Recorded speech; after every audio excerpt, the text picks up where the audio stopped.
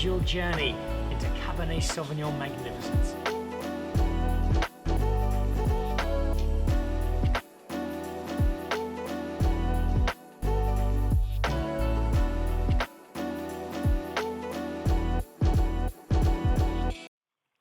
Happy New Year, fellow wine lovers, and welcome to 2023. On the back of what was a terrific 2022, headlined in South Africa by Cape Wine, and headlined for me by the discovery of all sorts of enormously cool wine. New winemakers, new vintages, new deliveries from people I've known for years. It was a landmark year for South African wine. Can 2023 possibly be better? Well, we're going to find out as the year unfolds. We kick off, though, with a little bit of retrospection. I'm back at the Old Oak at Royal Johannesburg, which is basically my second home. It's just down the road, and Chef Ransley and Ruan, the head sommelier, do a wonderful job of keeping me happy whenever I am here. They're not the only ones who have done that, because over the course of last year I had a number of other people who were able to deliver some great insight and some lovely thought on the world of wine, and South African in particular. A little later on I'll chat to some of the guys from Constantia, who did a complete showcase of a brand new Constantia wine that speaks to the very best of a valley that is world famous. Also world famous, though, is Tim Atkin. He had his report come out towards the end of last year with a whole heap of wines showered with praise and some really great insight into where the South African wine world is. So let's catch up with Tim Atkin and get a reminder of what for him in 2022 was wine that really stood out.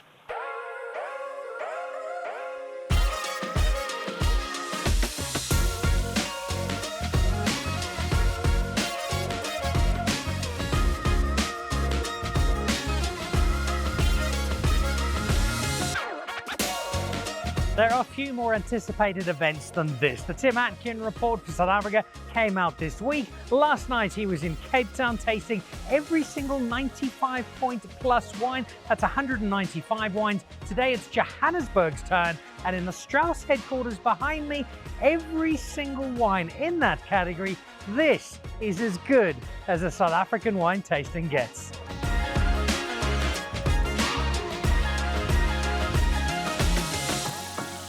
Both rooms full of famous winemakers, but the biggest celebrity of the night, Tim Atkin, and I had the chance to ask him about this year's report. Let's begin with your winemaker of the year. One of many South African winemakers who would rather be surfing if he could, but there aren't that many waves in Woodstock and Salt River. Salt River. And Duncan Savage, when he first got on the radar of most of us for this time at Cape Point, what he's created over the last few years has been astonishing. I don't think anybody would disagree with him being winemaker of the year, but they'd probably wonder out of genuine interest, how does he get that title over, say, an Evan or an Andrea or a dozen other genuine contenders? Well, I mean, they've had it already. I mean, I try not to give it to the same person twice, although Evan has had it twice, because, you know, Evan, if you're watching, don't get the right. He's surfing.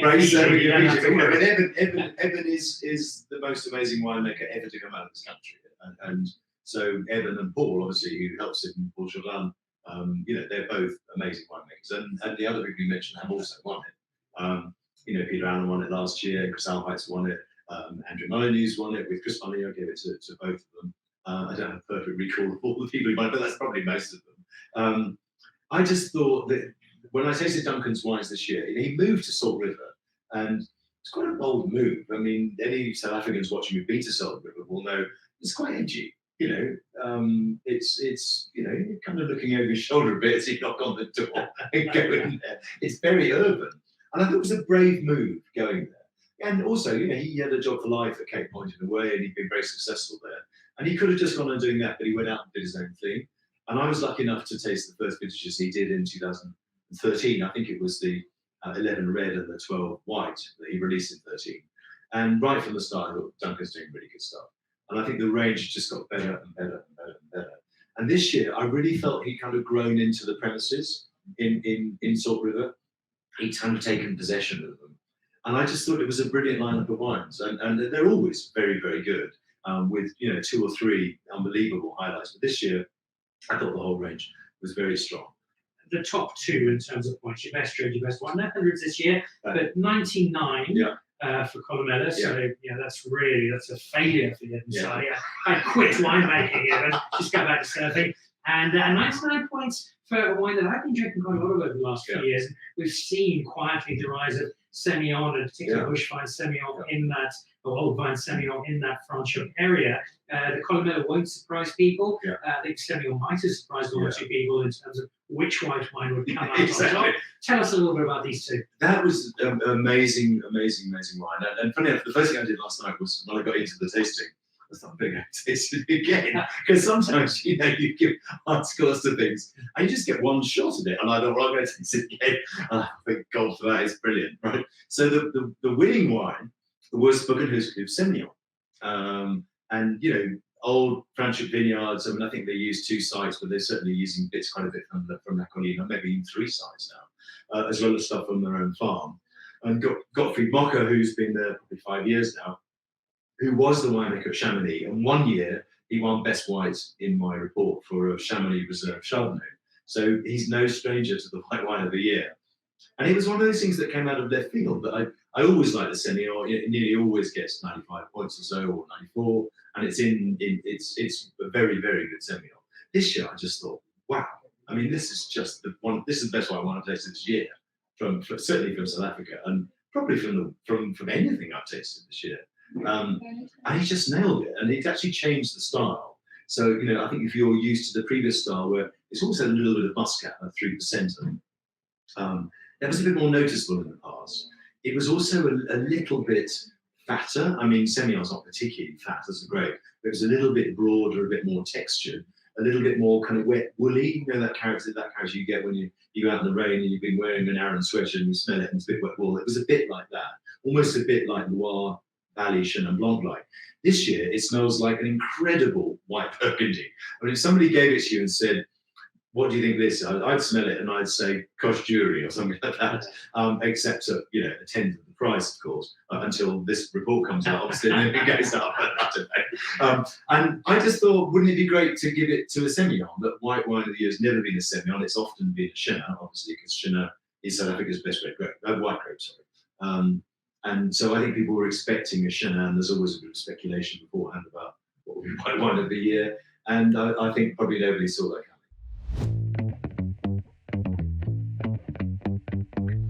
Top of the list of star performers in the Tim Atkin report this year, the winemaker of the year, Duncan Savage. The report is just released and it's been absolutely, for us, it's a huge thing in the South African wine industry. And for me, especially this year, getting this Winemaker of the Year award is amazing. I think people don't underestimate the value of this kind of thing. Here you've got a guy like Tim, who's world-renowned, who's taking his time to come and focus on South Africa. And it's brilliant, it's 10 years in the making, this whole guide. Tim was telling us last night how it started, 80 pages or whatever, and it's 300 and something pages now. So it just shows how it's grown. And when we travel as a result of guys like Tim taking an interest in South African wine, it's just fantastic for us as South African producers, because so many people now identify with what we do, whether it's my stuff as Savage or, Reinecker or whatever, kind of like that whole rising tide lifts all boats type scenario. And it's guys like Tim that help us, with this kind of dynamic, which is fantastic.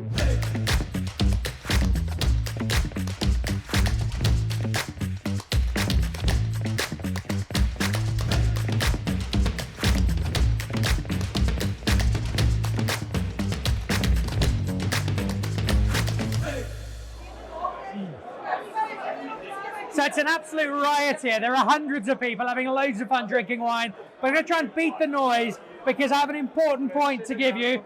This is the Patatfontein, and it's a white wine I want you to go and buy, made by Renenboom, and it also does Bosch Club. Buy it, but don't drink it, at least not yet, because this is a splendid example of South African white wine that's drinking delightfully now, but give it 4 or 5 years, you've got an absolute gem.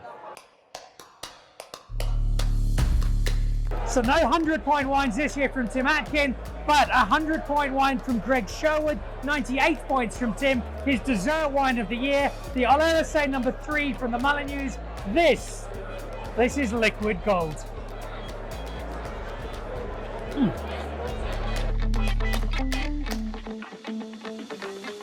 Very modestly, I'm going to say this, but I think that this is probably the greatest lineup of South African wines ever assembled in one room.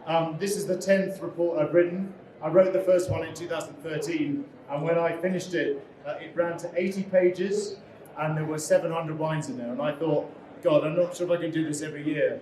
This year is 2,228 wines and 316 pages.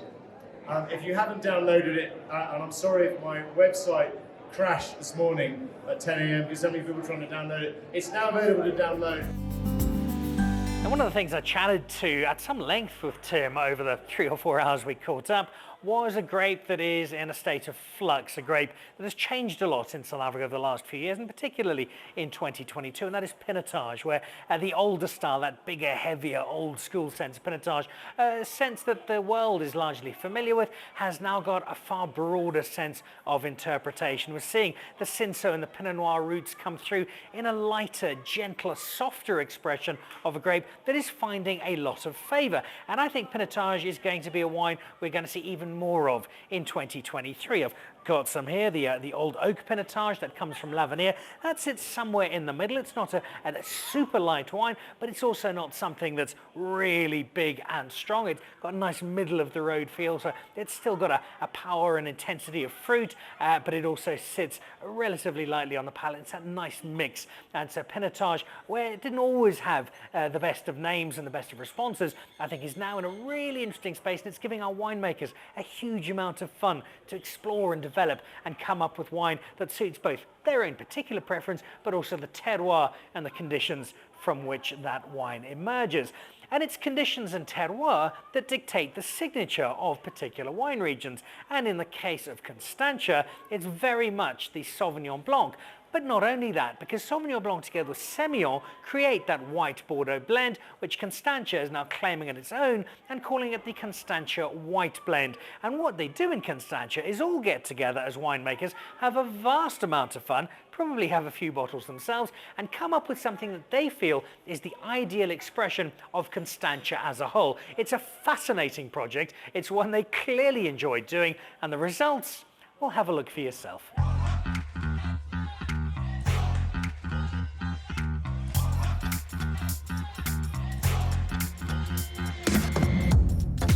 Many years ago, before my wife's father paid me a large amount of money to move up to Johannesburg and marry her, home for me was just outside of Constantia in Cape Town. And I remember one particular meandering weekend stopping off at a place called Wade Bales that had a wine sign on and trying to talk our way in for a wine tasting, and you discover it wasn't really the place you just dropped in and tasted wine. But we were introduced to the guy, who it turned out was rather important, who very kindly gave us some wine, and that struck up a friendship that has lasted many years and allowed me to try some fantastic wine, and that's what we're going to do today with Wade Bales. Lovely to see you, Wade. Oh, wonderful to be here. I remember not actually being sure if Wade Bales was a person or an organisation or this big wine entity. Yes. Turns out very much a person, a very passionate wine person. What's the Wade Bales story in falling in love with wine and working your way into the business? Dan, I'm originally from Johannesburg, and I moved down to Cape Town in 1992, and I had a degree from the Natal University and I had a background in exports. And when I arrived in the Cape, I very quickly realised that I had to find something to do. And I looked at what the growth areas from a tourism perspective or export perspective were tourism, wine and fruit. And I very quickly decided that wine was probably the most appealing, and I decided to channel all my energies into learning the wine industry and making the decision to make that my career. You've created this selection of Wade Bales wines that pay tribute to different parts of the winelands and different varietals. Tell me that story, how that's come about. Well, Dan, I mean, one of the areas that I focused on early on in the wine industry was relationships with the winemakers. I always spent a lot of energy and time nurturing those relationships, and I started a negociant brand under the Wade Bales Winemaker Selection label. And we would have wines made and bottled for my label, which was very much a traditional negociant. And I realized then that there was a market for people that wanted to understand the winemakers behind the labels. And that grew to become identified, and there was an opportunity and a gap in the market to focus on regionality, which is where the regional series concept and project started. And which leads us to this wine today, which I love not just because it's one of my favourite areas, but because it speaks so closely to you, because Wade Bales sits as a business in the heart of Constantia, and that's what you're celebrating with this wine. That's right. I mean, when we started the regional series, we identified the prime growing regions, and then we had to decide where we would start the project. And the obvious choice was Constantia because it's the birthplace of South African wine, and I've been operating in the area for 25 years. I have very strong relationships with the winemakers, so it was really a no-brainer to start in Constantia, small enough to be able to get a complex project off the ground, and it's been a very, very rewarding exercise. The Constantia Sauvignon Blanc, is this a case of, right, we'll take a bottle from everybody, pour it together, mix it up, and bang, we've got a bottle, or is it a little more subtle than that? It's a lot more rigorous than that. We decided together with the winemakers, we asked the question, what is the signature style that best showcases Constantia? And there was a unanimous decision by the winemakers, or the leading winemakers of the area, that it was a classic white blend of Sauvignon Blanc and Semillon. And then we asked the winemakers to put forward their best examples of those two varietals. And we went through a rigorous screening and tasting exercise where we appointed one winemaker to take those components away and come up with a number of different variations, which we did the day later. And we met with the winemakers, and we then selected the wine that we felt was the best expression of Constantia. So who is that winemaker, and what are the components that have ultimately come together? Well, in the first vintage, the maiden vintage was J.D. Pretorius of Steenberg, was a 2018 vintage. Brad Payton from Baton Wachten was the lead winemaker in 2019, and Justin van Beek from Constantia Glen is the lead winemaker from the current release, the launch product today, the Constantia White 2020. And a fine winemaker he is. He's a regular guest on Dan Really Likes Wine. What do you make of his finished product, and why to you does it scream out Constantia? We identified that Sauvignon Blanc and Semillon were those cultivars that are distinctive to Constantia, and a blend of those cultivars is quite unique and exceptional to Constantia. And Justin, we feel that the style of the wine is very much driven around a serious style of wine with wooded components. The Semillon should be barrel fermented, and it just gives the Sauvignon Blanc gives the wine the freshness, the aromatics, and the Semillon and the wooded components gives the wine texture and ageability. So we feel that Justin's got that combination right. The brand new Constantia White Sauvignon Blanc. It's a terrific collaboration and a beautiful expression of one of the world's great homes of Sauvignon Blanc.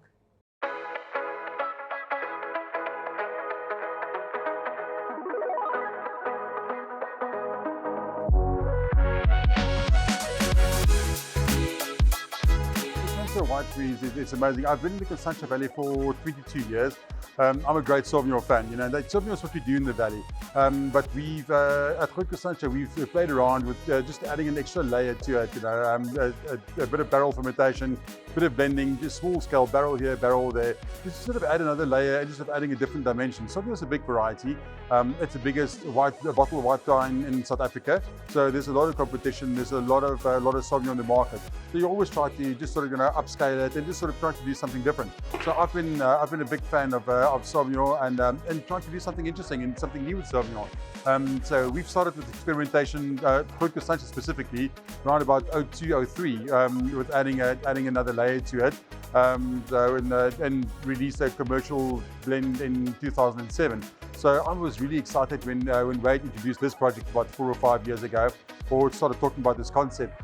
Like I said, I love Sauvignon. I think Sauvignon is the go-to white wine in Constantia. But for me, blending it, adding a decent whack of Semillon to it, a bit of barrel maturation, just add an extra layer and a bit of extra dimension. And we were sitting, sort of nice restaurant setting, a bit of food for me, just that extra layer and a bit of barrel maturation, just add a bit more of intensity to the wine, especially when it comes to food and wine pairing. I think it just sort of, makes the wine a bit more sort of food friendly and a bit more sort of restaurant friendly. So yeah, so I'm really excited about the project.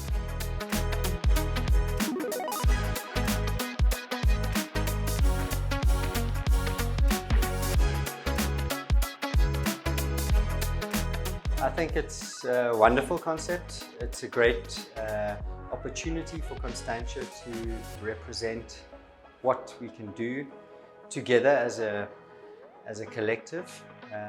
As we are such a small valley, we represent 0.2% of the wine industry in the country.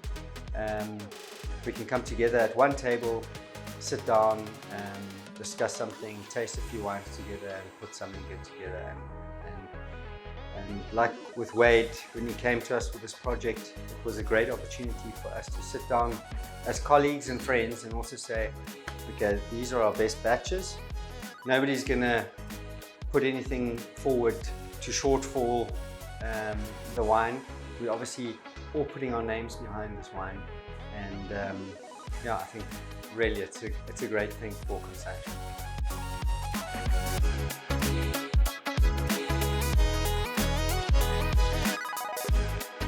Well, the winemaker of this wine is no stranger to Dan, really likes wine. Justin, it sounds like a really cool project. Was it ever so slightly intimidating when this was handed to you as a challenge? Yeah, so we actually started this project in 2018, and the first makers of the collaborative blend were JD Pretorius in 2018, and then Brad in 2019. And yeah, when Wade asked me to, he's going to basically hand it from one winemaker to the next. Yeah, I was really keen for the challenge. I mean, it is a tricky sort of task because we're working with 8 properties and probably a scope of about 16 different vineyards instead of just the Constantia Glen property. So there's a lot that hangs in the balance, but it's a really fun project. Yeah. Explain the basic mechanics. Are you just taking, here's a barrel worth from Steenberg and a barrel worth from Constantia, throwing them all in a big tank together? How does it actually work? No, so I suppose there's 2 ways of doing this, and what Constantia winemakers tried apparently in 2007 was they actually all delivered a few kilograms of grapes to one cellar, and then a wine was produced.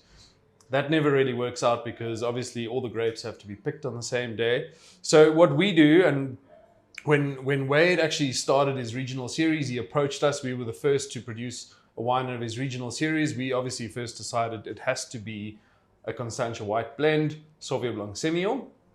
We basically get all the producers, all the winemakers, should I say, together. Everyone brings 2 or 3 samples of barrels or tanks, and we usually do this sort of in the winter, June, July. So we get tank and barrel samples. Everyone has to bring 3 samples. We taste through all the samples and we decide, okay, this is collectively, this will work, this will not work. So we do a bit of a culling procedure, and then it's left to the winemaker who's blending that particular vintage to take the samples and then go away for a day or 2, put options together, and then bring back. I brought back 4 options of what would be a Constantia white blend. We taste those samples. And fortunately, it's usually unanimous, or at least a 90% strike rate of which wine is the best choice. So you've come up now with this final blend, which reflects Constantia with its Sauvignon Blanc, with its Semillon. How nervous were you when you presented it to the rest of the winemakers? I was very nervous, but I was more nervous when Wade phoned me and he said, Justin, this wine's been put forward for a 5-star platter. And I hadn't heard from platters yet for the Constantia Glen range. And anyway, it took a couple of hours. Anyway, then I said, Wade, both these wines are forward for 5-star. Let's just hold that. Either way, anyway, very, very glad that this blend got a platter 5-star. And also the Constantia Glen 2, fortunately, got a platter 5-star as well. So look, I don't, and like I say, we're all very proud of this blend. We all, and I think it's also it's a fun project that it allows the winemakers to come together to banter and to really, have an in-depth tasting and discussion. It actually allows us to better understand the region as an entirety. We especially at Constantia Glen, we're slightly disconnected from the valley, and I love doing these tastings because it sort of puts it back into, this is our regional identity. And it's just it is really a lot of fun. A world-class winemaker, 2 grapes perfectly at home in Constantia, and support from some other winemakers, so not too bad either. 5 stars from Platter, no surprise.